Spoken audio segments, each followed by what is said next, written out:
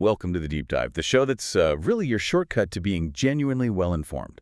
We slice through the noise, get straight to the insights that matter. That's the goal. And today, we're not just dipping our toes in.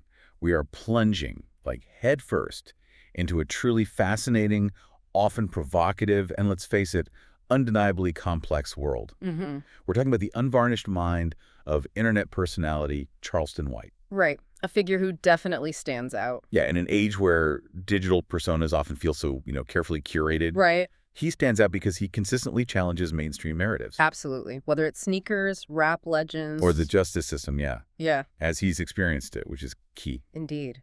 And our sources for this deep dive, they're drawn primarily from a recent, incredibly candid and, at times, frankly, shocking interview with Charleston White himself. Shocking is a good word for some of it. It is.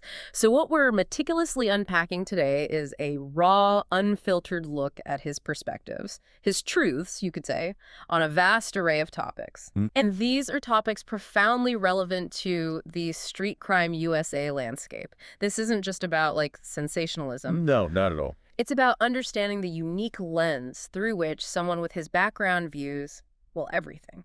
From fame, the legal system, Right. to gender roles, the power dynamics in hip-hop. It's a lot, and it definitely doesn't pull any punches. And that's exactly why we're doing this. So our mission today, it's crystal clear. We aim to meticulously unpack Charleston White's unique blend of experiences, his insights, and, let's be honest, his often striking contradictions. The contradictions are fascinating. They really are. Our goal is to distill the core arguments, the underlying philosophies that shape his very controversial viewpoints. Yeah. And this is fundamentally not about endorsing or refuting his perspectives. Crucially. Instead, we're presenting them for your critical consideration, for you to grapple with, dissect, integrate into your own understanding. Right. Let the listener decide. Because this conversation, maybe more than most, it highlights the stark differences between online perception and the often jarring, complicated realities of in-person interactions. That disconnect is huge. It's a discussion that absolutely challenges conventional wisdom in an entertaining, often uncomfortable, and deeply thought-provoking way.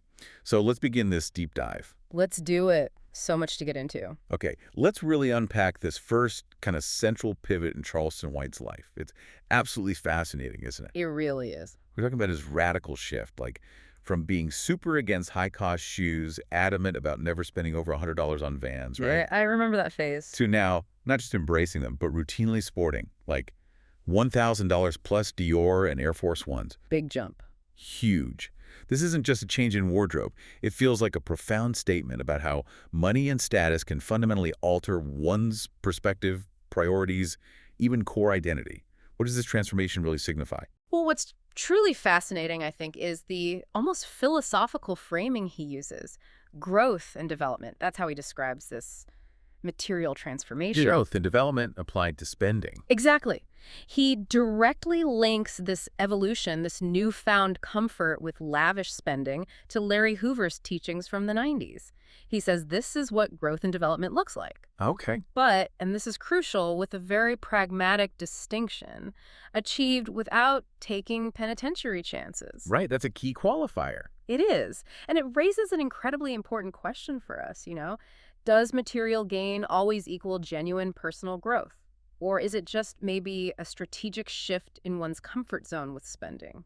A redefinition of success? Yeah, like how do you define growth? And how do you reconcile a history of, legitimate work with openly admitted street activities within this new narrative of growth? He talks about it openly. He does, the duality. Yeah, holding down legit jobs, mailroom clerk at Carter and Bridges, that architectural firm. In Fort Worth. Right.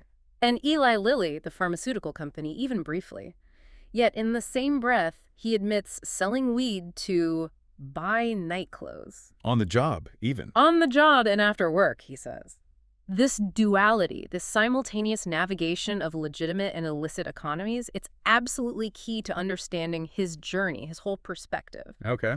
And he asserts that this long-standing desire to look fresh, to display outward signs of wealth, it actually predates the whole rapper archetype we see now. Interesting. So it wasn't driven by rap culture? That's his argument. Oh, yeah. He connects this ambition to the players in the max, the top tier in the street hierarchy, often involved in illicit stuff, and the gigolo homies who are known for their flashy clothes, rings, watches. Okay, so that aesthetic was already there. He implies that this drive for appearance and status in his specific cultural world actually influenced the hip-hop image rather than just being a product of it. It's a powerful inversion of the typical narrative. That distinction is absolutely crucial because he's clearly not just talking about clothes here, is he? It's way deeper. Yeah. Much deeper. It sounds like he's articulating a fundamental shift in status, in power dynamics that money brings, especially in these specific cultural contexts he operates in. Exactly. He states it quite bluntly, honestly really, that a $1,500 pair of shoes doesn't hurt him now, financially or psychologically. Right, unlike before. Yeah, unlike the big impact a $150 pair of Jordans had when he was poor. It's almost the psychological statement, about the weight of luxury diminishing when you have actual wealth. The price becomes kind of irrelevant. It's about the feeling. And if we connect this to the bigger picture, it highlights a profoundly complex and, often uncomfortable relationship between personal values, economic mobility, and this perceived social hierarchy within certain communities. He makes the controversial, almost audacious assertion that wearing designer items makes him feel better than certain people. He says straight up, around potent and potent, I feel like I feel like they less than me when I got these shoes on because they are. Wow, that's direct. It's not a casual remark.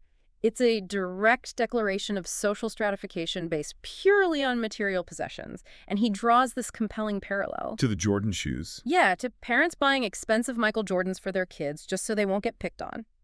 He's suggesting this isn't just individual ego, it's deeper.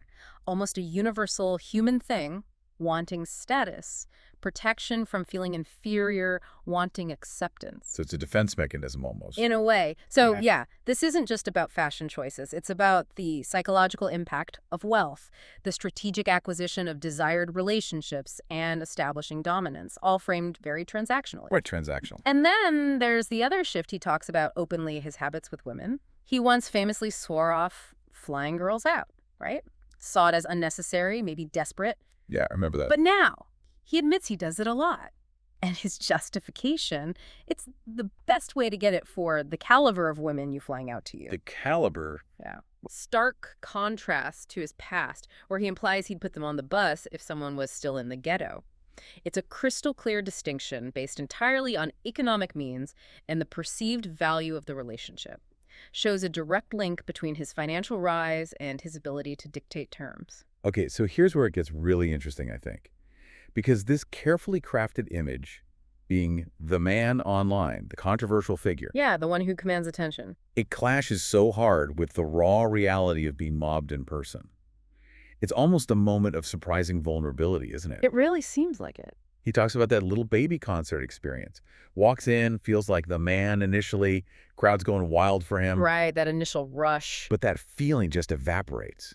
Turns into overwhelming anxiety. You got genuinely overwhelmed by the sheer number of people wanting to interact. Must have been intense. So intense. He had to be separated from his own kids for their safety. He describes needing to literally take off running and hide just to avoid being bombarded by fans. Wow, running and hiding. Yeah. And this jarring experience led directly to his decision to hire personal security for all future big events. Yeah. That's a huge, tangible shift in how he handles public appearances now. That experience, it raises a really important question, doesn't it? About the sustainability, the psychological toll of these hyper-public personas. For sure. Especially for someone who built his brand on raw, unfiltered online engagement. The physical reality of that fame can be incredibly disorienting, even dangerous. Yeah, dangerous is right. It starkly exposes that gap, that chasm between digital notoriety and real-world safety, forces a fundamental rethink of how you navigate public spaces. Mm-hmm.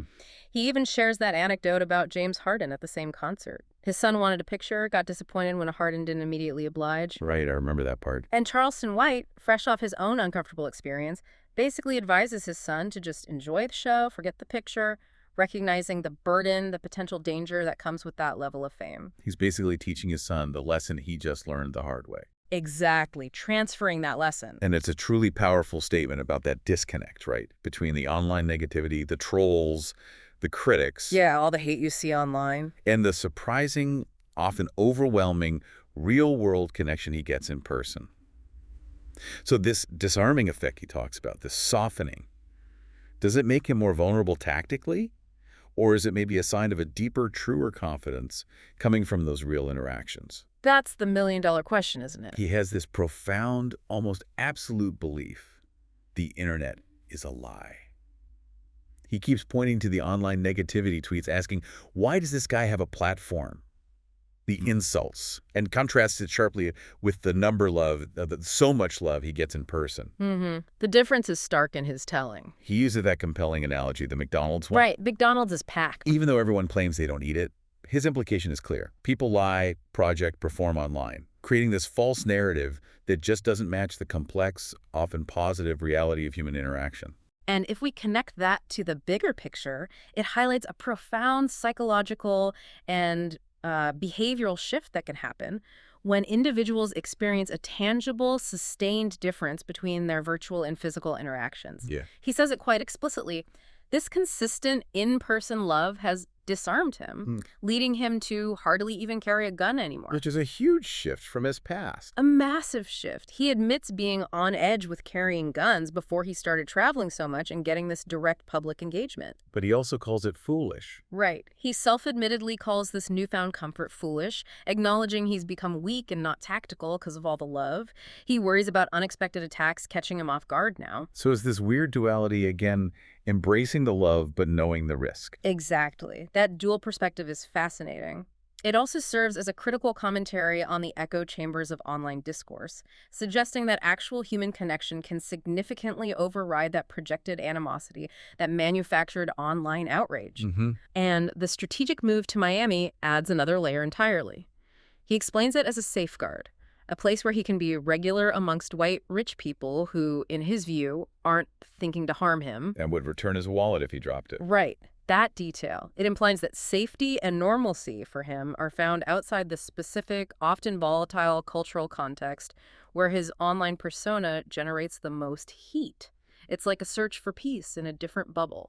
Okay, let's pivot sharply now. The state of hip-hop.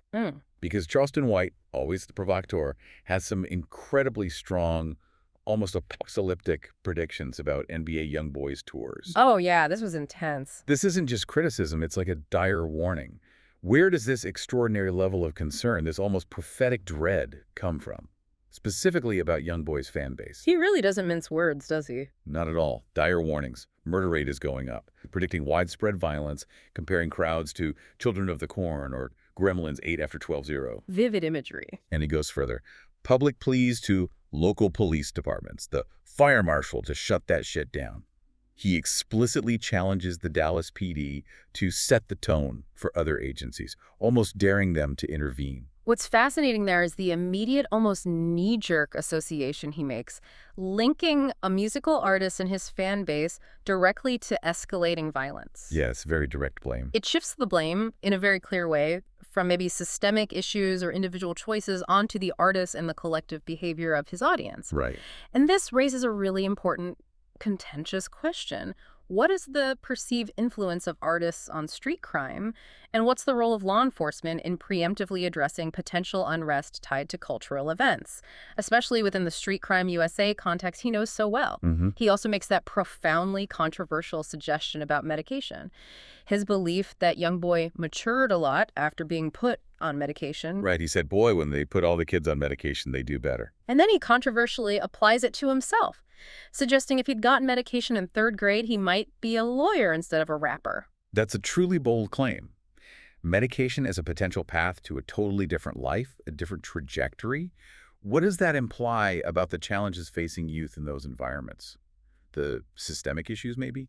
Well, connecting it to the bigger picture, it touches on an incredibly sensitive, often divisive societal debate about mental health interventions for youth, especially in marginalized communities where access is often limited or stigmatized. For sure. The suggestion that medication could fundamentally alter a life path from rapper to lawyer It speaks to a deep-seated belief in the power of behavioral modification over or maybe alongside environmental factors. Right. Nature versus nurture almost. It's a view that often sparks significant controversy. It touches on personal responsibility, systemic neglect, human agency, all of it. Okay. Then he shifts to Young Boy's pardon by Trump, which also included Larry Hoover. Right. That was big news. Yeah. And Charleston White credits this mysterious queen who has Pharaoh's ear and favor with the king for lobbying effectively for Young Boy. A queen. Interesting phrase. Very. And then, in a truly audacious comparison, he puts Young Boy's cultural impact alongside historical giants.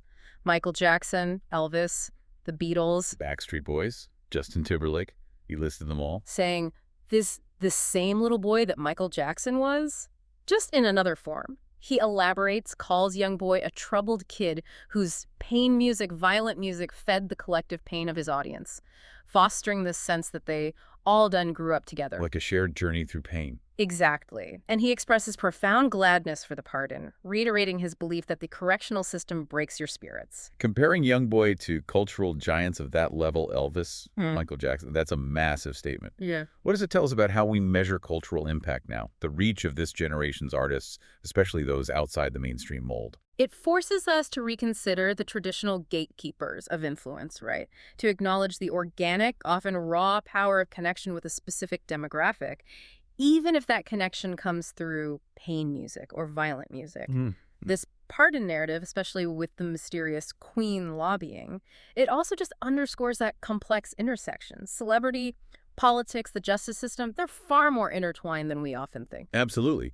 But here's the kicker, the most surprising part. This is a pretty significant turnaround for Charleston White himself regarding Young Boy, isn't it? Huge turnaround. From deep disapproval to almost kind of mentorship, a change of heart. What caused that profound shift in his perspective? What's really fascinating here is the transformative power of maybe personal connection and definitely self-reflection. Okay. Charleston White explains how Young Boy's music, his actions, literally shut him up, made him soften his tongue, stop saying nothing bad about him. So stop the criticism cold. Yeah. He describes this pivotal realization.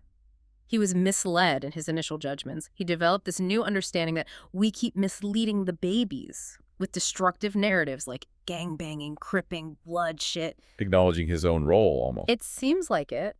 He recounts a specific, impactful moment. Young Boy puts him in a song and he hears the lyric, "I've been misled." And that hit him hard. Profoundly.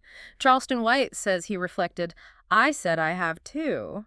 That self-awareness is remarkable. He admits initially he hated him for past actions, whooping his little bitch in the hallway, displaying that anger. Right, he was very critical before. So this dramatic shift from animosity to understanding, even mentorship, it's a powerful testament to seek to understand rather than trying to be understood.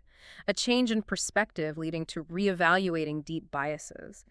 And acknowledging being misled speaks to a broader cultural critique, too, about inherited narratives in the street community, admitting he was wrong about the babies. Now, if he was surprisingly soft, eventually, on Young Boy, he's pulling absolutely no punches with Lil Wayne, is he? Oh, no. None whatsoever. It's a brutal, almost savage assessment of a hip-hop legend.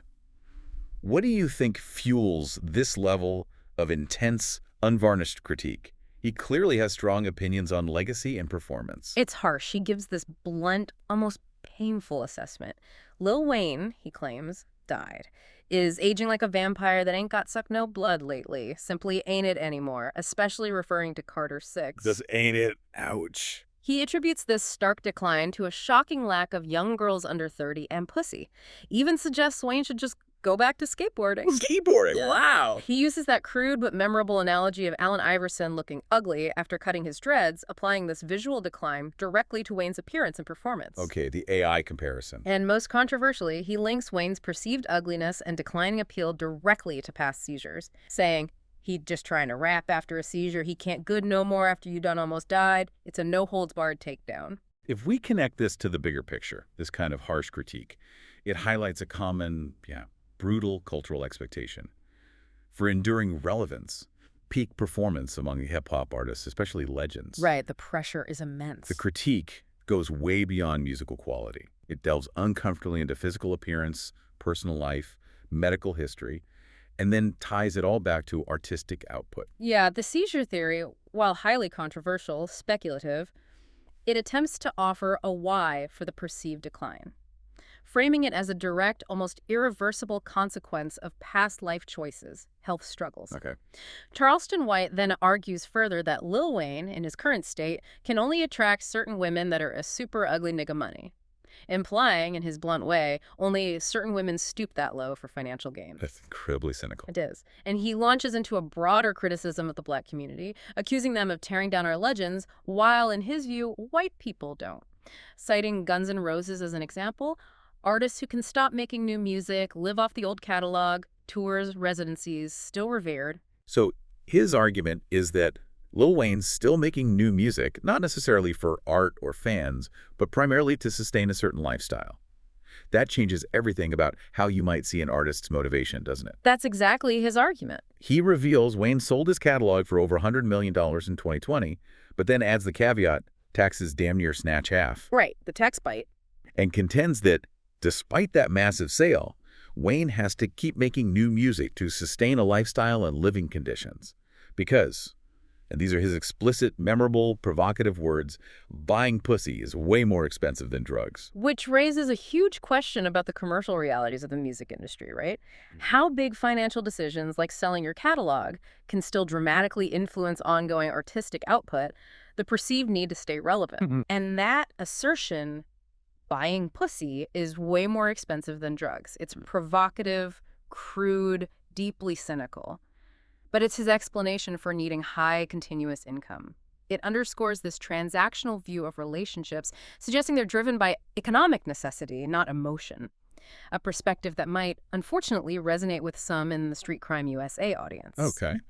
Charleston White then speculates intensely on why Wayne and Drake, once a powerhouse duo, don't make music together anymore. Right, what was his theory there? He attributes it to a rumored betrayal, Drake sleeping with Wayne's woman while Wayne was in jail.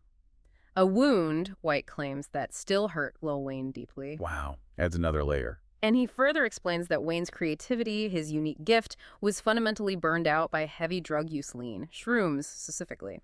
He believes Wayne was getting high to get the gift, and without the drugs, he just couldn't tap into your gift anymore. This idea of the gift being taken away while talent remains, that's a powerful, almost spiritual and deeply tragic concept. What's the implication for artists who rely on substances, believing it unlocks their creativity? He draws a crucial distinction between talent, which he says stays, and the gift, which he believes God takes away if it's not protected, not nurtured. Okay, a divine element. Yeah. He uses compelling analogies. Floyd Mayweather protecting his boxing gift through rigorous training, discipline. And tragically, Whitney Houston losing her incredible singing gift due to substance abuse, leading to that scratchy, hoarse voice later on. It's a very clear, moralistic, cautionary tale. What's truly fascinating there is the moral framing of creative ability, almost like it's a divine trust. Exactly. A stark cautionary tale about the dangers of artificial inspiration, the devastating long-term consequences of failing to protect the gift. It encourages critical thinking about that narrative of substance abuse in artistic communities, its catastrophic impact on longevity, authentic expression, the essence of an artist's contribution. Okay, shifting gears again. The justice system. Charleston White takes an incredibly harsh, polarizing stance on that New Orleans inmate escape, specifically Antoine Massey, who's escaped 3 times now. Yeah, his reaction was extreme. Those are incredibly harsh, almost brutal words, hoping for violence, death against escapees. What drives such an extreme perspective from someone who's been through the system himself? He reacted with extraordinary intensity, explicitly stated his hope they are killed, not arrested peacefully, said, "I hope they kill that loose right now. Teach the next group of inmates a lesson." Teach them a lesson via death. He frames it as the authorities' job and their duty to keep the public safe, implying they have to kill you before you get loose. A terrifyingly direct call for extreme measures. What's profoundly fascinating and deeply controversial is the absolute priority he gives to public safety, even at the explicit cost of due process, non-lethal apprehension. Right. Safety above all else. It raises a really important, uncomfortable question about the boundaries of justice, punishment, and certain mindsets.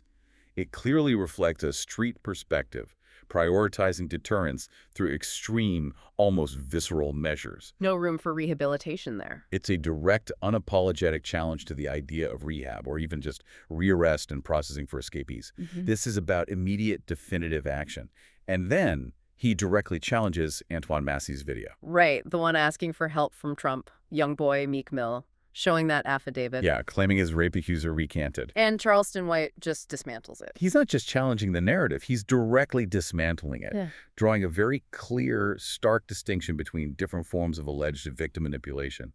What are the broader implications for how we, the public, consume and assess information, especially from people with clear motives? He counters Massey's claims with blunt force, asserts Massey is lying, states the affidavit is from a woman Massey beat up, not raped, and she signed it due to their history of violence, claiming Massey would kick their hoe's ass, then put that good dick on her, implying this cycle of abuse and manipulation. Okay, a very specific, grim picture. He then harshly criticizes the public for readily believing Massey, while refusing to give figures like Puffy or Jay-Z the benefit of the doubt in their own legal troubles, highlighting what he sees as selective trust based on narrative and perceived victimhood, not critical thinking. Right, the inconsistency he perceives. And he absolutely doesn't hold back judging Massey based on appearance, criminal history. I am judging because he have a face too. You can't get a job nowhere picking up trash. Hammering home the charges, rape and beating on a woman, questioning any public compassion for him. If we connect this to the bigger picture,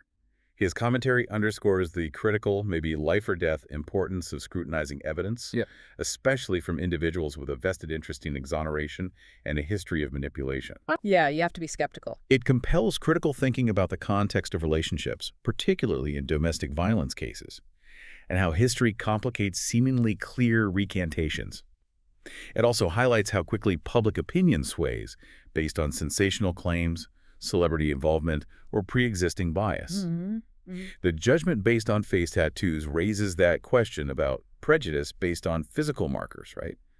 Especially where tattoos are common. He frames it first as employability, can't get a job, but it quickly shifts to moral judgment, challenging rehabilitation or impartial assessment, especially for someone with a history of violence against women. A very unyielding, no second chances view for this kind of offender. And this next point, it's truly a radical departure from the common narrative we hear constantly about the justice system. Completely different. He's saying it worked for him, explicitly. What do we as listeners make of that when the prevailing narrative is so often systemic corruption and oppression? It's jarring to hear. Despite the widespread belief the system is corrupt, stacked against certain communities, Charleston White claims his experience was fundamentally different. Yeah, tell us about that. He details his murder case as a kid, faced 40 years potentially, got 12, served only 7 in juvenile, and he directly credits, get this, a white judge, a white lawyer, white prosecutors, white juvenile workers for helping him. Wow, that's specific. Says his record was sealed by the system, giving him a second chance, enabled him to get into the University of Arkansas.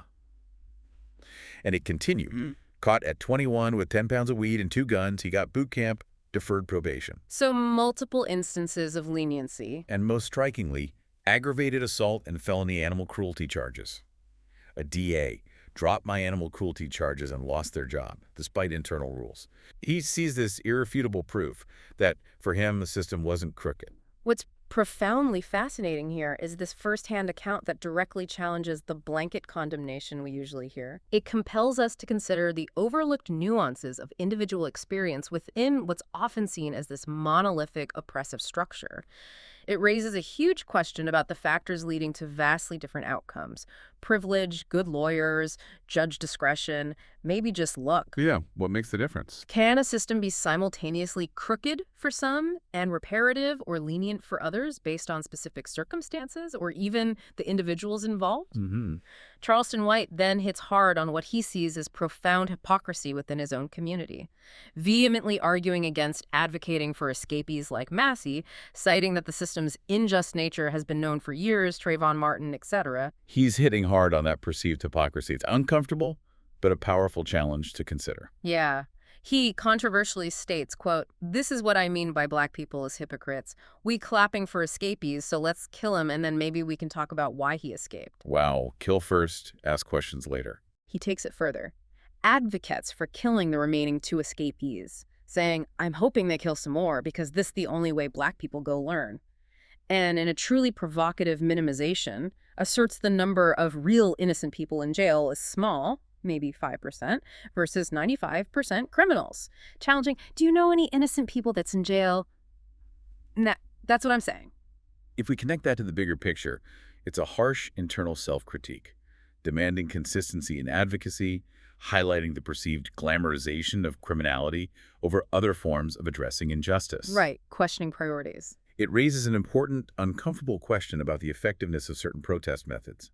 Whether emotional, knee-jerk responses sometimes overshadow logical, consistent moral stances, it's designed to provoke deep introspection on how narratives form, get supported, even weaponized within specific cultural contexts. And his low estimate of innocent people in jail, while contradicting many studies, reflects this deep cynicism about innocence claims, a belief most incarcerated people are guilty. Okay, let's wade into some very provocative and, yeah, for many, uncomfortable territory. Yeah. Charleston White's explicit, unvarnished decoding of gender dynamics. Right. This section is intense. He's painting a very cynical picture of relationships, isn't he? It feels like it's all about transactions, perceived value, an almost expected pattern of betrayals, especially when he introduces and heavily relies on the hoe archetype. That archetype is central to his view here. He dissects the Stefan Diggs situation, calling Diggs a hurt man, crying after his partner left him for another man. White ties this to a broader, crude idea of men crying over athletic dick and women swinging on that boy monkey ball, suggesting a primal physical drive behind these betrayals. A very base-level analysis. His blunt advice for the player in that situation: get on the injury reserve list, stretch out, and just take it if you've dished it out yourself. A cynical acceptance of karma in relationships. What's fascinating here is the application of this highly transactional, almost predatory, deeply cynical framework to modern celebrity relationships. Yeah, it strips away all romance. Completely. Suggesting underlying motivations, financial, status-driven, are the primary dictators of behavior, leading to predictable outcomes. It raises that question about how public figures' personal lives become battlegrounds for broader societal debates on gender roles, loyalty, material gain, often reduced to very base terms. Mm-hmm. He then applies the same harsh lens to Cardi B, assesses her as a real-life hoe who has, in his view, settled down as a hoe, but still exhibits hoe ways. Okay, settle down as a hoe. He elaborates explicitly on his definition. A hoe is fundamentally about benefits, not feelings. Therefore, in his analysis, a hoe can put up with way more than what a woman will put up with for the benefits, implying a higher tolerance for disrespect or infidelity in exchange for material gain or status. A very clear, rigid classification based on perceived transactional value. He also offers a stark, almost brutal warning about weaponizing children in relationship conflicts, like with DDG. And the idea that men often settle for bitches because women won't lower their standards, that's quite a provocative, almost defeatist take on male-female dynamics. Yeah, the DDG situation. He believes the child was used as a tool, as a weapon, by the mother. Describes it as a shaming tactic used against the black man. Okay. Mentions the court denying DDG's motion for temporary custody, calls it a lose-lose situation for DDG to fight it online and in court because, in White's blunt assessment, the system is stacked against him as a black man in custody battles. A familiar critique of the system there. His direct advice to DDG, and by extension men in similar spots, kiss the other's ass for the best interests of the child, translating that as being nice when you don't want to be nice. A bitter pill for peace. Wow.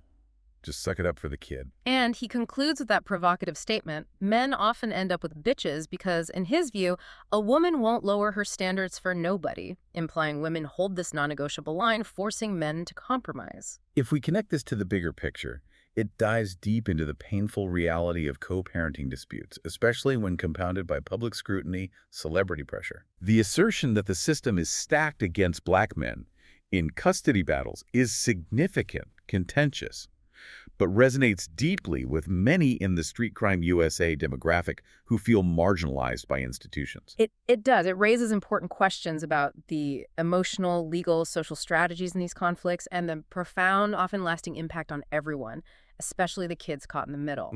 He then gives that truly provocative, highly controversial take on Angel Reese, the young, successful athlete, directly challenging her public image. Brings up her shaking-ass potential tour with Erica Banks. And he reiterates his previously controversial statement. She doesn't really want to be a basketball player. She want to be a hoe. Yeah, he doubles down. Takes it further, suggesting she'd be much better, make way more money if she quit playing basketball and embrace her hoyism. Interprets her actions as fundamentally sexualizing herself, therefore not increasing her value. Contrasts her sharply with athletes like Gillian M., who, in his view, got more traditional endorsements. Right, the value proposition angle. And then he turns the traditional negative meaning of hoyism completely on its head, almost equating it with confidence. How does he even begin to justify that, given his earlier harsh definitions? Well, what's fascinating there is the intersection of athletic achievement, gender performance, and commercial value filtered through this deeply conservative yet oddly pragmatic lens. Okay. It raises that important question about double standards for female athletes, public figures, the idea that embracing sexual appeal or a provocative persona might diminish value or distract from talent in traditional realms.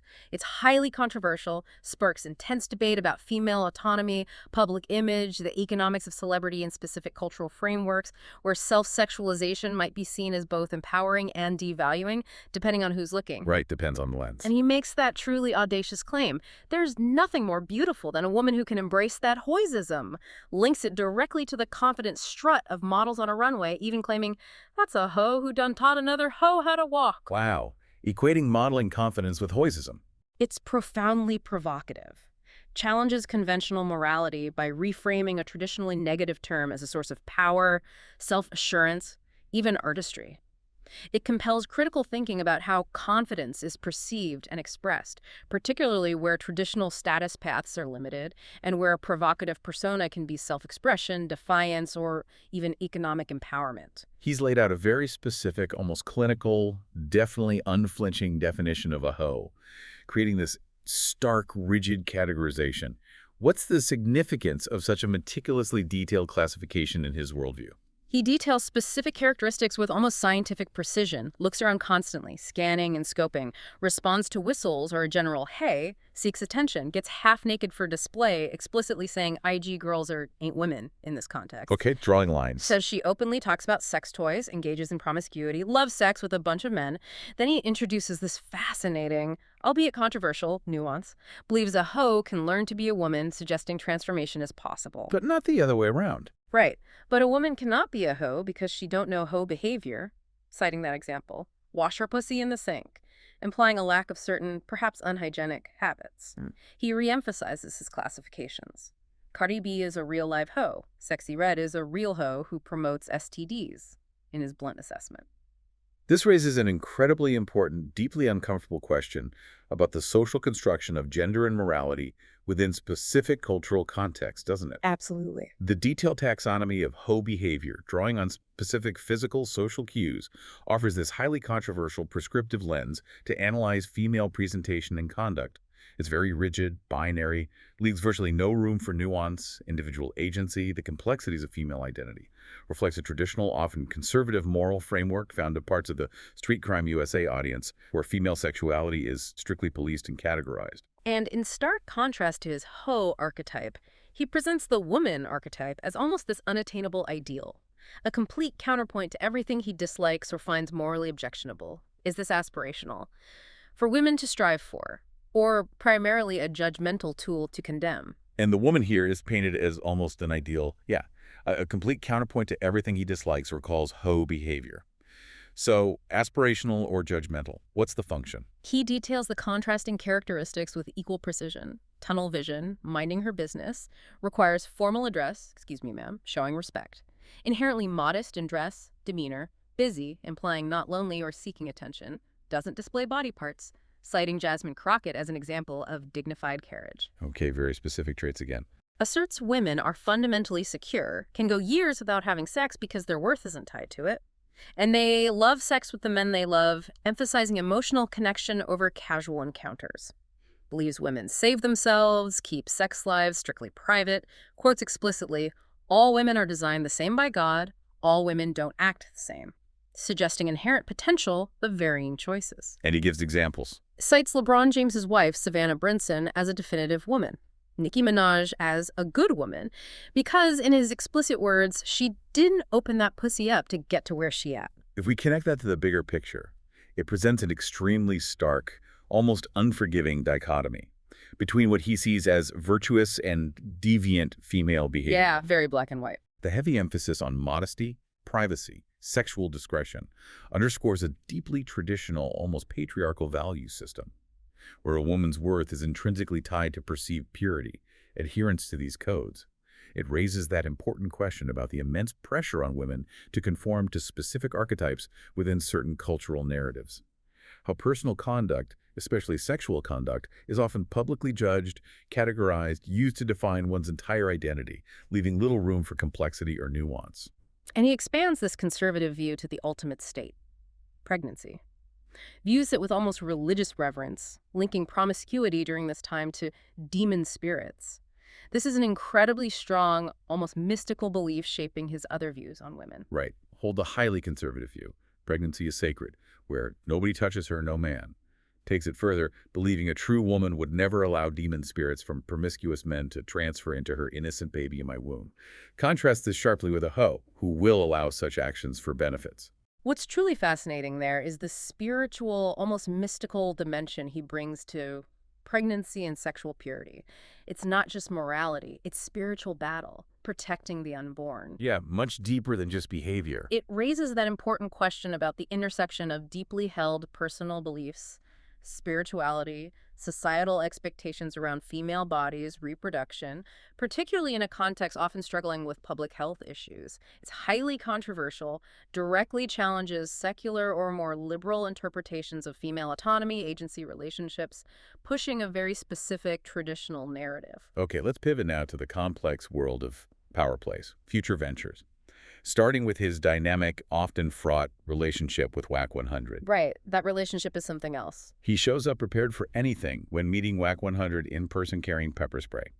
Despite acknowledging they've talked over the years, do business with him. It's a truly fascinating blend of maybe mutual respect for business acumen and deep visceral distrust, isn't it? It really is. What does that initial cautious approach tell us about the nature of their interactions, the world they operate in? Well, what's fascinating is the negotiation of power, perceived threat, within this specific social milieu. It suggests reputation, past conduct, unpredictability carries significant weight in personal interactions, even when lucrative business opportunities are on the table. Trust is rare. Exactly. It raises that question about the unspoken subtext of relationships in the street crime USA context, where trust is a rare, fragile commodity and self-preservation is paramount. Charleston White then shares his nuanced, almost calculated observations on WAC 100. Right, what did he notice? Notes, rather surprisingly, WAC 100 is smarter than what most people think he is, while also observing he's shorter than what most people think he is. The height observation is interesting. His core perception of WAC, a villain, conniving, cunning, yet he also concedes he's somewhat of a good businessman, a very conflicted portrait. He's clearly sizing him up, right? Looking beyond the public persona, the reputation, to assess the true nature. What do these specific observations, intelligence, stature, villain businessman reveal about WAC 100's nature from Charleston White's shrewd perspective? It's a complex assessment. And then the ultimate test. Charleston White actively tried to stir the pot, provoke a conflict, but WAC didn't take the bait. What does that say about WAC 100's strategy? Charleston White vividly describes deliberately trying to provoke a conflict with WAC for the internet. Admits he pushed some buttons 3 separate times, fully intending to create a viral moment. Okay, manufacturing drama. But WAC 100, surprisingly, don't want a conflict. Charleston White realized WAC was strategically focused on avoiding personal altercations, prioritizing business, leading him to conclude, if it were personal, you got me fucked up, nigga, recognizing WAC's focus was just elsewhere. If we connect that to the bigger picture, it highlights the critical importance of discerning character beyond superficial appearances, public reputations, especially in a world full of performance, manufactured drama. Absolutely. Need to read people. Speaks to a shrewd ability to read people, situations of a survival skill often honed in challenging, unforgiving environments. Encourages critical thinking about navigating complex social landscapes where appearance deceives, intentions are rarely straightforward. The deliberate attempt to provoke conflict, and WAC's refusal to engage, raises that important question about performing authenticity, conflict in online spaces. Suggests for seasoned players, maintaining strategic distance from personal fights can be profound. Business acumen, self-control, long-term vision, not weakness. A powerful lesson in controlling the narrative, prioritizing bigger goals over immediate gratification or perceived slights in the court of public opinion. Definitely a calculated move by Wack, it seems. And despite all that tension, distrust, he still sees this massive, almost industry-dominating opportunity if they could genuinely align. What makes him believe they could be so incredibly powerful together, capable of reshaping an entire industry?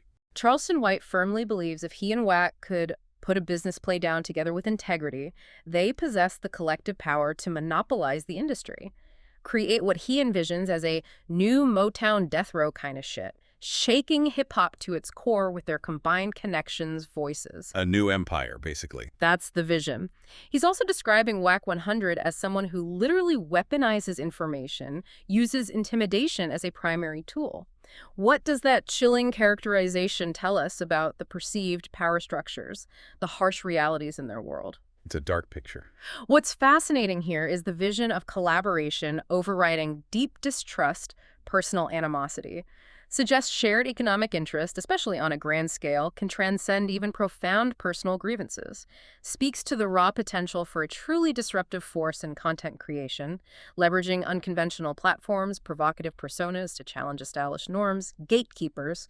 Encourages listeners to consider the dynamic, often ruthless power dynamics within alternative media ecosystems, the creator economy. Right. Charleston White elaborates on his belief that Wack's claims of having tapes on everything, Nipsey Hussle, Oscar de la Hoya, indicate he's an archetypal information guy who gathers information to extort people. Okay, information as leverage. He then broadens this, stating, Cali niggas are mully niggas who try to intimidate you, suggesting a cultural tendency where they don't know how to make friends, they scare people to make connections. Wow. That's a broad generalization. It raises that important dark question about the shadowy side of information brokering, the use of leverage, intimidation, and informal power structures. Portrays a world where relationships are constantly assessed for utility, where intimidation can be a primary, even necessary, mode of interaction, reflecting a deep-seated survivalist mentality often seen in street crime USA narratives. Okay, so shifting to his own ventures, he's got a lot on his plate, right? Yeah. Stretching into comedy, film, full-time streaming, even fighting. It's a testament to how incredibly adaptable he is in this rapidly evolving digital age, isn't it? He's definitely diversifying. Details his upcoming projects diverse, ambitious. Comedy tour where he's explicitly cleaning up past offensive statements, selling out venues. A gangster gay movie titled We Out Here, set during 90s Atlanta Freaknik. Wow, okay. That's insane. Full-time streaming with Aiden Ross, a fight scheduled in Nashville, noting it's the only place he can fight with one eye, and even a barbecue cook-off. It's a brand-building strategy, leveraging every facet of his persona. If we connect that to the bigger picture, it vividly illustrates the multifaceted, often chaotic nature of modern entrepreneurship, how individuals from unconventional backgrounds leverage personal brands across incredibly diverse platforms. Blurring lines. Speaks volumes about the blurring lines between entertainment, social commentary, direct audience engagement, outright business ventures. Highlights the extraordinary versatility, the hustle required to succeed in today's creator economy, especially outside traditional industry structures. And then we have this truly profound shift from actively trying to put someone in jail to now actively mentoring them. What's the profound significance of this Y and the O coming together concept? Yeah. Tell us about Lil Cleveland. He introduces Lil Cleveland as a rapper with a Y story, a powerful young nigga story of struggle experience. Charleston White admits he spent 2 years trying to put him in jail, and now, after Lil Cleveland just got out of jail, he's actively mentoring him. Complete 180. Why? Believes Lil Cleveland has a different spirit now, having gone through the system. Asserts he would have lost it had he got it then, he gonna keep it this time.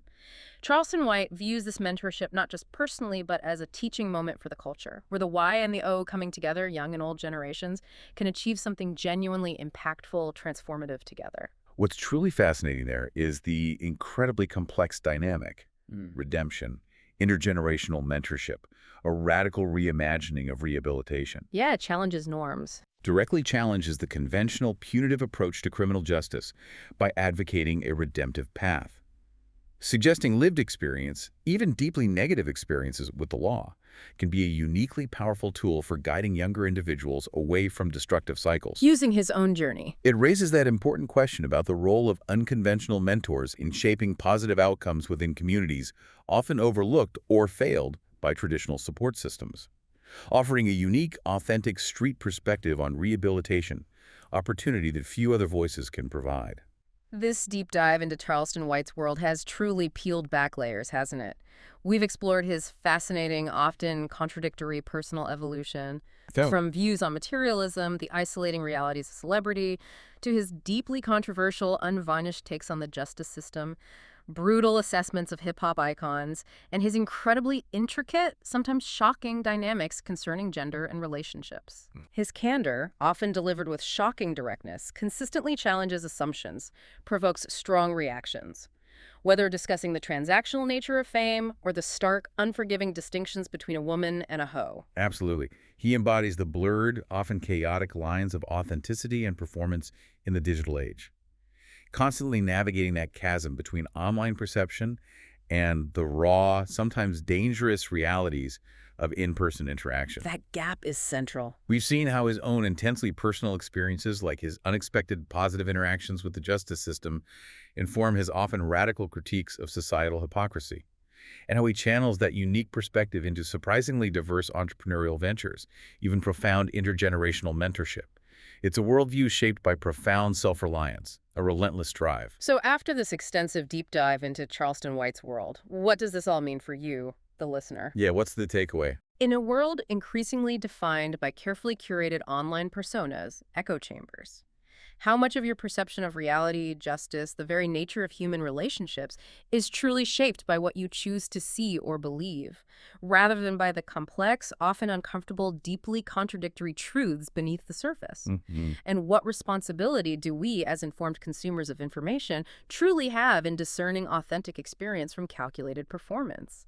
Especially when those lines are so profoundly blurred and the stakes in the street crime USA context are so incredibly high. Powerful, uncomfortable, and absolutely essential questions to wrestle with. You know, there are these voices out there right now, especially online, that are just so bold, so unfiltered. Absolutely. Raw is the word. They really grab your attention, don't they? They do. Even when maybe the stuff they're saying makes you a bit uncomfortable, or a lot uncomfortable.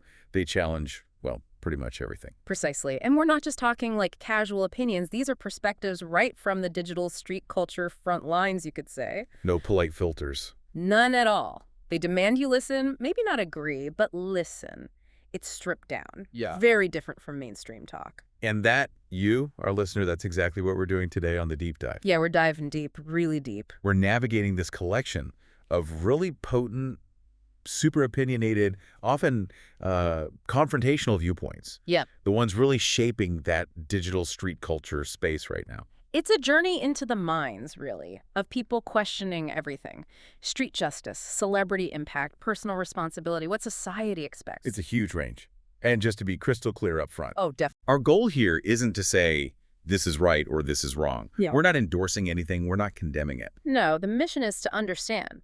To really unpack these viewpoints from the source material we've gathered, pull out the insights, the frameworks, even the controversial ones. And challenge you, our listener, to think critically.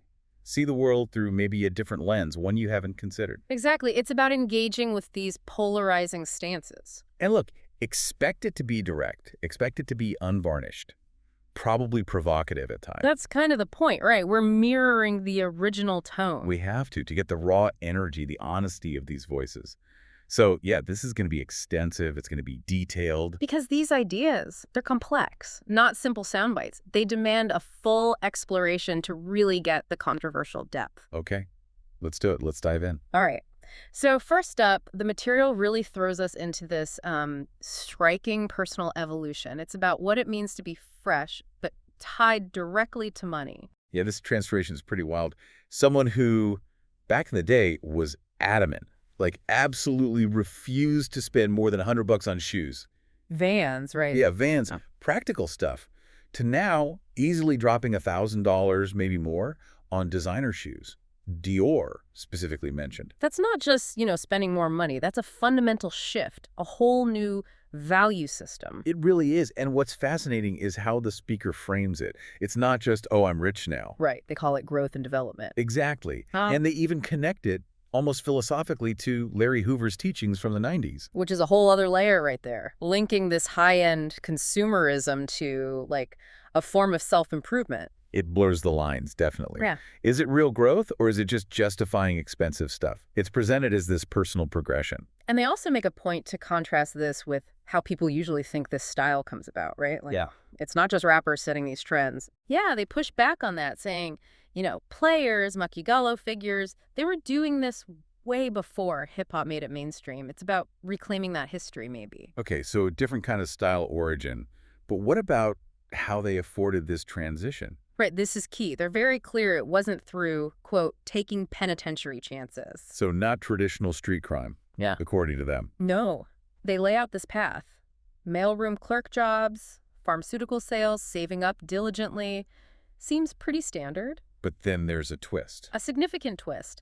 They admit to supplementing that income by selling weed, but specifically on the job and after work. And the goal was clear: to afford night clothes, luxury wear for going out. And they frame this as a non-street go-getter approach, a kind of strategic side hustle, not the main gig, but a calculated means to an end. So it's redefining the game again, leveraging something illicit, but in a very targeted way, almost like a business decision, to fund a specific lifestyle upgrade. Exactly. It's a complex ethical picture, and the psychological shift around money is just stark. The Jordans example. Yeah. $150 Jordans used to hurt when they were poor. A big deal. And now $1,500 shoes don't hurt at all. It just shows how drastically wealth can rewire your relationship with money, with value itself. it's not just about buying power changing. Your whole reality shifts. Absolutely. And this feeds into how these status symbols, these expensive shoes, work in different settings. It's not one size fits all. Right. They talk about wearing designer gear amongst police versus amongst white folks. With white folks, the speaker suggests it's more about conversation, intellect. That's the currency. But then around potents, Yeah. these influential, maybe older street figures. That's different. Expensive shoes, there are a clear signal. Superiority, status. You've arrived. Like the kids with Jordans analogy. Exactly like that. The kid with the Jordans feels superior in class. It's the same dynamic, it just scaled up.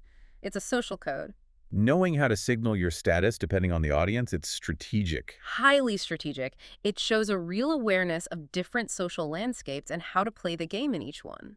It really makes you think about the hidden language of clothing, of status symbols. Definitely. And this theme of transformation, how money changes things, extends directly into relationships too. Oh yeah, the flying women out part. Right. The speaker candidly admits they once swore, like vowed, to never fly a woman out, not before they had serious money. That was a hard rule based on their old reality. Completely. But then, newfound wealth, that perspective just dissolves. Totally gone. And now the argument is the exact opposite. Pretty much. Now, flying women out is framed as the, quote, best way to get high-caliber women. The metaphor used was pretty vivid. Yeah. Pick the fruit at the top of the tree. Exactly. And this is contrasted sharply with the implied past, putting women on the bus if you're still in the ghetto. Wow. It paints a really blunt picture. Relationship dynamics, expectations, just completely tied to your bank account. It suggests a very transactional view, doesn't it? Resources as a direct tool for attracting a certain kind of partner. Pragmatic, maybe, but definitely challenging to romantic ideals. It's viewing dating through an economic lens. Wealth equals access to a higher tier in this perspective. It certainly raises questions about the foundation of a relationship built like that. Okay, so money changes perspectives on style, relationships.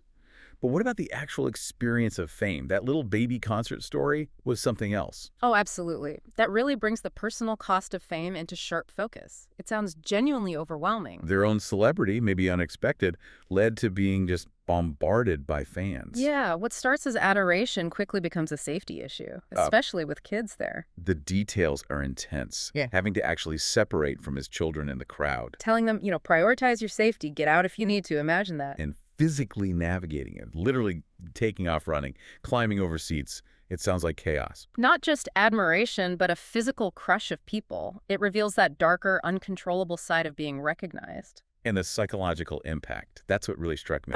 Yeah, admitting to feeling overwhelmed, experiencing anxiety for the first time ever because of the public response. Not from enemies, but from fans.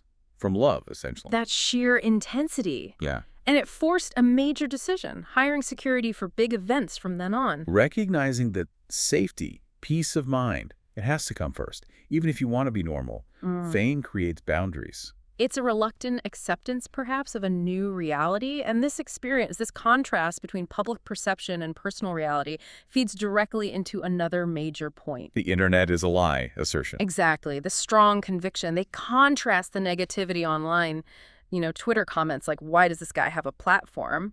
With the reality in person. Where it's all number, love, admiration. It's a stark difference. And the analogy used is just perfect. The McDonald's one? Yeah, that was brilliant. Everybody claims on the internet they don't eat McDonald's. But when you go to McDonald's, it's packed. It cuts right through the online posturing. What people say online versus what they do in real life. Two different things. It speaks volumes about that digital versus authentic self and this real-world love. It actually changed the speaker's behavior. How so? They admit it's kind of disarmed them. They don't feel the need to carry weapons anymore or be on edge constantly like before. That's huge, coming from their background. It really is. They even say, I got weak, I'm no longer tactical. It suggests that real human connection, even from strangers, can chip away at those deep survival instincts. Wow. And this led to a strategic move. Yeah, the move to Miami, explained as a safeguard. To be regular amongst white rich people. Right, because in their view, that environment poses less of a threat. Wealth is respected, not targeted. The example given, dropping your wallet, someone just returns it politely. Instead of seeing it as an opportunity, it's about finding a space where they feel safe, understood, and maybe less judged or targeted for their success. It's a conscious choice to seek peace in a different social landscape based on perceived threat levels. Fascinating. It really highlights the search for stability and comfort and how different environments offer different things. Okay, let's shift focus a bit to the music industry itself. We touched on Lil Baby earlier, but the speaker's journey with his music is interesting. Yeah, that initial dismissal fell off, followed by a complete 180. After actually listening for a month. Right, and then the concert sealed the deal, solidified him as a favorite artist, shows how opinions can genuinely change with exposure. Even deeply held negative ones. Yeah. And it wasn't just Baby. Rob 49. Oh yeah, the What the Hell record. Hated it at first. Absolutely hated it. Found it too catchy for a player like me. That's a direct quote. That's amazing. A grudging admiration develops. And it ends up on the playlist. It shows how infectious music can bypass even a strong persona or preference. And the performance critique of Lil Baby was interesting too, comparing him to legends. DMX, Too Short, T.I., high praise, calling him a great performer. But noting he doesn't rely on big productions. No, just a great sound system and hit songs, keeping people dancing the whole goddamn time. It's an endorsement of raw talent over spectacle. Authenticity seems key here. Absolutely. That raw appeal, the connection, often matters more in this space than polish, which mirrors the speaker's own style, really. Okay, now, we need to address probably the most incendiary take in the source material. NBA Youngboy. Yeah, buckle up is right. This is extremely controversial. The speaker presents this view that Youngboy's tours are somehow linked to an increase in the U.S. murder rate. It's an astonishing claim, going so far as to say police should shut that shit down. Because of anticipated violence. The descriptions used are intense. Children of the Corn. Gremlins 8 after 12-0. It paints a picture of pure chaos associated with his fan base and concerts, attributing societal violence directly to an artist. It raises huge questions about influence, responsibility, art, and then the analysis of Youngboy himself takes another turn. Right. The idea that he's matured a lot, but attributing it controversially to being on medication. Which leads to this even more provocative suggestion. That if all the kids prone to trouble were medicated earlier, maybe they'd become lawyers instead of rappers. It's a very deterministic, ethically fraught idea. A wild leap, suggesting medication is some kind of societal fix. But sticking with Youngboy, there's also this involvement with Larry Hoover's pardon. Unexpected, right. The speaker talks about a queen, an unnamed influential woman who apparently has Trump's ear. And the credit for the pardon needs to be shared, according to this account. Yeah. Between Trump, the king, who signs off. And this woman who has favor with the king, It suggests a complex network behind these high-level decisions. And this wasn't just a passing interest for the speaker. No, deeply personal. They talk about long-standing efforts to get Hoover out of solitary confinement. Over 30 years, he was in 23-hour lockdown. So getting him pardoned was framed as a major personal win, something they really worked towards. Shows a commitment to penal reform, or at least to specific individuals within that system. And then, back to Youngboy's cultural impact. This claim is audacious. Understatement. The speaker declares Youngboy is this generation's Michael Jackson. Or even Super Michael Jackson. Yeah. Claiming his impact is on all kids, black and white, similar to Elvis, the Beatles, Justin Timberlake, placing him in that global icon stratosphere. It's a massive elevation, regardless of how you feel about his music or image. And the analysis digs into why, calling his music pain music. Feeding the pain of troubled children who connect with it. And suggesting Youngboy's own journey through the correctional system led him to holler Toby. Which means? In this context, it seems to imply surrender to authority, a change from defiance, like the character Toby in Roots, forced to accept a new name and reality. It's framing his growth as a kind of submission or transformation. And this perceived change in Youngboy actually influenced the speaker directly. Apparently so. A specific line about being misled caused the speaker to soften my tongue, move away from being so harsh and brutal in their own commentary. Wow. So the subject of critique actually changed the critic. It's a fascinating admission, shows how authentic expression, even in this genre, can break through. Contrasting Youngboy's past angry demeanor with others like Shy Glizzy. It really highlights the power of perceived vulnerability and authenticity in art. Even for the most hardened listeners or critics. Okay, so from a rising controversial star, we pivot to a critique of an established legend, Lil Wayne. And it's equally brutal, just in a different way. A scathing assessment of recent music, like Carter 6 or Barter 6. A verdict, ain't it? Just flat-out dissatisfaction. Yeah, citing poor production, lack of that old nostalgic feeling. It's harsh. And the reasons given for this decline, they get really personal and provocative. Extremely. Suggesting he's disconnected from them young girls under 30, needs to, quote, tap back into the pussy for inspiration. Wow, that's blunt. And also commenting on his physical appearance. Very harshly. Aging like a vampire that ain't got sucked no blood lately, looking 70, 90. It's a critique of his health and vitality. And linking this decline further to specific issues. Yeah, the effects of seizures, drug use, lean, shrooms, CERB, which is likely scissorp, mentioning a name, cream stuffins, possibly linked to drug culture. It paints a picture of serious health struggles impacting his art. This all feeds into what the speaker calls the lost gift theory. This is the core argument, that while the talent might still be there, the gift, that divine spark, the natural ability, can be lost. If you rely on drugs to create. Exactly. Using Whitney Houston as a parallel example, losing her vocal gift due to addiction. And contrasting this with someone like Floyd Mayweather, who supposedly protected the gift through discipline, training. It presents this stark choice. Indulge and risk losing it, or protect it. So it's not just skills fading, it's losing something deeper, more essential. That's the idea. And then the financial angle comes in. Right, the catalog sale. Over $100 million in 2020. Huge money. But the argument is high taxes, expensive lifestyle, high bills, allegedly paying for companionship, buying drugs because he's got ugly, means he needs to make new music. Not for art, but just to sustain a lifestyle. It reframes his current work as financial necessity, not creative passion, which, the speaker argues, is hurting his legacy.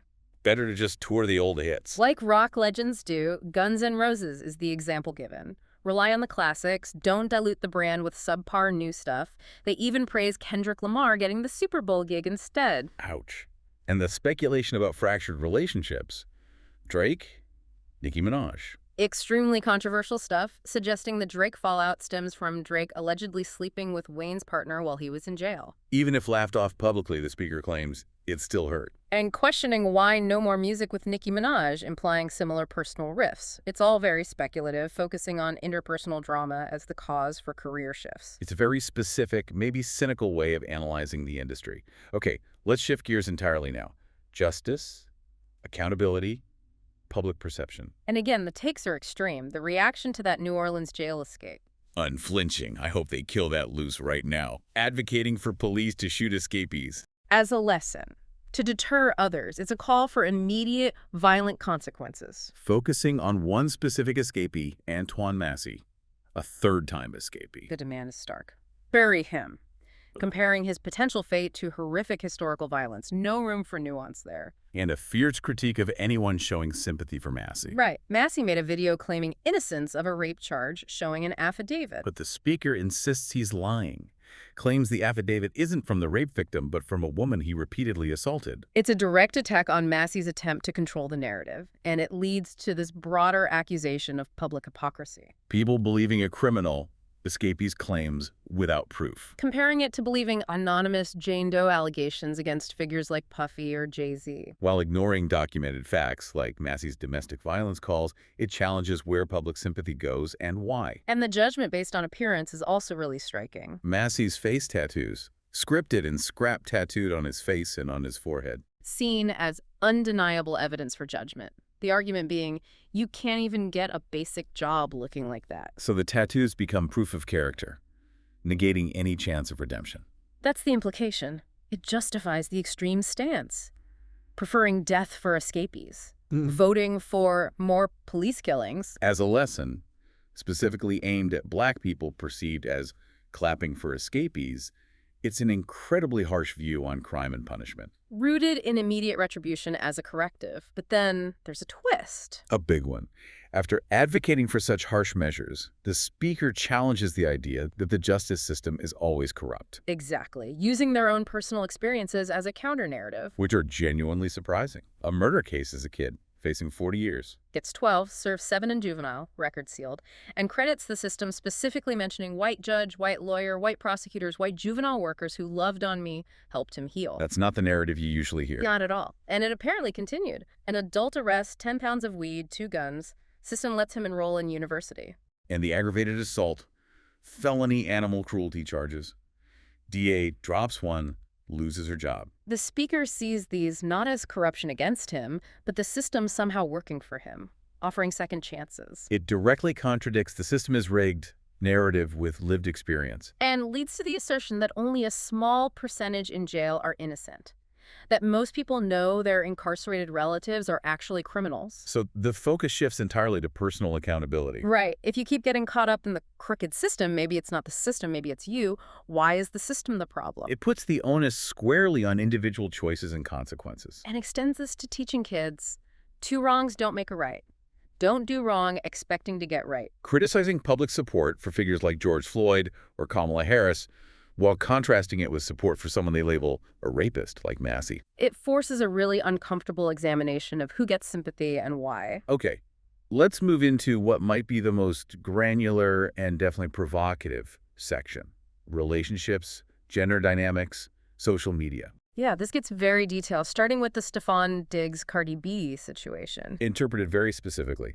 Diggs as hurt man, because his partner brought other women into the mix, even though she was trying to do right, according to this view. It's a specific reading, and the advice from the player philosophy. Take it in style. Hurt in style. Just don't say nothing, especially if you've dished it out yourself.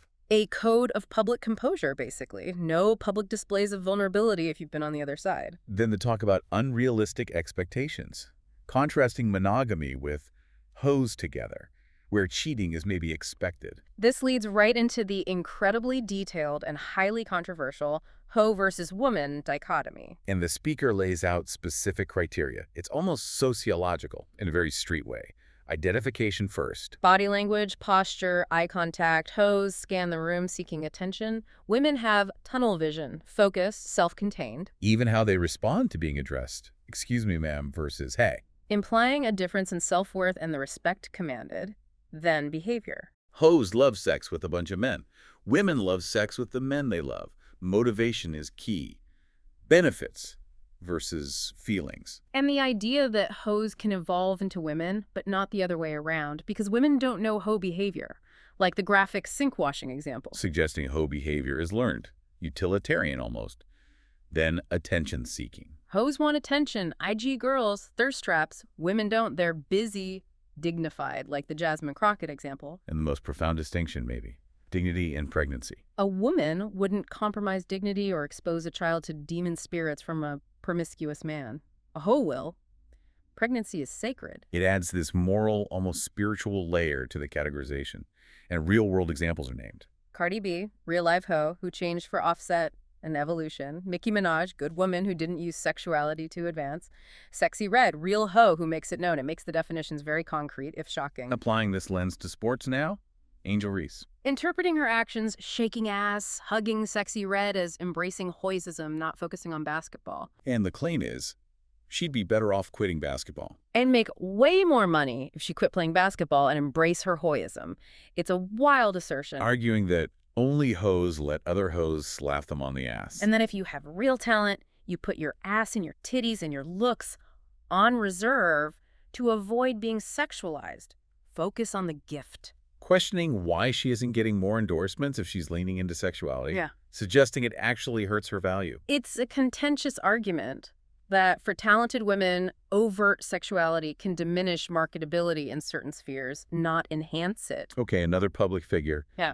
DDG's custody battle with Halle Bailey. The speaker sides firmly with DDG, calls Bailey a scorn woman taking the baby, using the child as a tool of weapon. And alleges the system is biased against fathers. Yeah, stacked against black men in custody cases. A common sentiment in some circles. So the advice for DDG and fathers in general facing this. The kiss the ass philosophy. Be willing to appease. Be nice even when you don't want to, for the child's sake. Put ego aside. Prioritize the kid, even if it feels unjust. It's a pragmatic strategy for navigating a system perceived as unfair. Humble yourself for the child. Moving to a broader topic, the internet. The speaker claims deep understanding here. Oh, yeah. Studying data collection, algorithms, time, date, age, gender, impact impressions, seeing it as the key to modern stardom. And emphasizing engagement over just views. Absolutely. Engagements, high impressions, people watching whole videos, that's the real metric, especially if you're shadow banned. Quality over quantity. And the strategy, paying clippers. Yeah, citing huge sums, like $1 million a month for streamers like Aiden Ross. These clippers take content, chop it, spread it everywhere. Keeps creators alive in the algorithm, keeps them booking work. It's essential digital infrastructure. And this leads to a critique of current artists. Why no new superstars like T.I., Jeezy, Kanye? Because they don't understand the internet or too cool for school. A blunt indictment. But there's a positive example.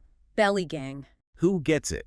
Daily engagement, recording shows, clubs, selling merch, constant presence, like a digital rap city. It's the new blueprint. Labels demand social media presence now. Even the FBI uses it. Artists have no excuse. It's fundamental. All right, final section. Personal encounters, business, future plans. The meeting with WAC 100. Fascinating story. Speaker brings pepper spray to the first meeting. Despite years on the phone, no trust. That says a lot. And the observations of WAC. Smarter, shorter than expected, but also conniving, cunning, a villain. And the speaker tried to provoke conflict for the internet. 3 times, but WAC avoided it. Didn't want the conflict, surprisingly. Despite the potential power if they teamed up, monopolizing the industry. Yeah, this vision of a new Motown death row, but also acknowledging that thin line that could crack at any time, reluctance to be bullied. Understanding WAC's bully tactic persona, but still seeing him as somewhat of a good businessman underneath. Recognizing that public aggression might be strategic, and addressing the Nipsey Hussle tapes claim. Speaker says, do not believe it. A bluff. But still calls WAC an information guy. Who gathers intel specifically to extort people. A very direct accusation about how he wields information. Shifting to the speaker's own ventures now. The comedy tour success. Selling out shows, and the unique angle. Using the set to clean up past online controversies. Explaining the journey, recontextualizing things. It's smart reputation management via comedy. Turning controversy into content, and then the movie announcement. We out here. The gangster gay movie set during 90s Atlanta Freaknik. Gangster expletive is beefing with the gay expletive. That's definitely designed to get attention. For sure. Plus, full-time streaming with Aiden Ross, a fight lined up in Nashville. Only place he can fight with one eye, he notes, and a barbecue cook-off with rapper Lil Cleveland. A very diverse portfolio. What stands out, though, is the mentorship of Lil Cleveland. Yeah, a deep connection described. Lil Cleveland having the young expletive story drawn to the speaker's words. But the speaker only worked with him after jail. Seeing a different spirit, dedication, framing it as a teaching moment for the culture, bridging generations. Based on perceived change and readiness? It's a specific mentorship model. Requiring that profound shift before investing time. Wow. Okay. That was the journey. An intense one. Absolutely. We've covered so much ground, the contradictions, the raw realities of street culture, fame, justice, personal evolution, all through this one very provocative voice. From Vans to Dior, the reality of fame's dangers, the internet being a lie versus real life. The controversial takes on artists' Baby, Rob 49, the huge claims about Young Boy, the lost gift theory for Wayne. The extreme views on justice versus the personal experience of redemption within the system. The incredibly detailed hoe versus woman framework, the takes on Angel Reese. Understanding the internet, the WAC 100 dynamic, the comedy tour, the mentorship, it's a whole worldview laid bare. Every opinion delivered like a declaration. It really forces you to examine your own views. So after all that, what's the takeaway for you, our listener? We really hope you consider the implications, how these perspectives connect to bigger conversations about accountability, perception. What success even means in different worlds. It's a challenge to think critically, look beyond the usual narratives. In this world awash with information, where narratives clash constantly, how do we find truth? And what's our responsibility?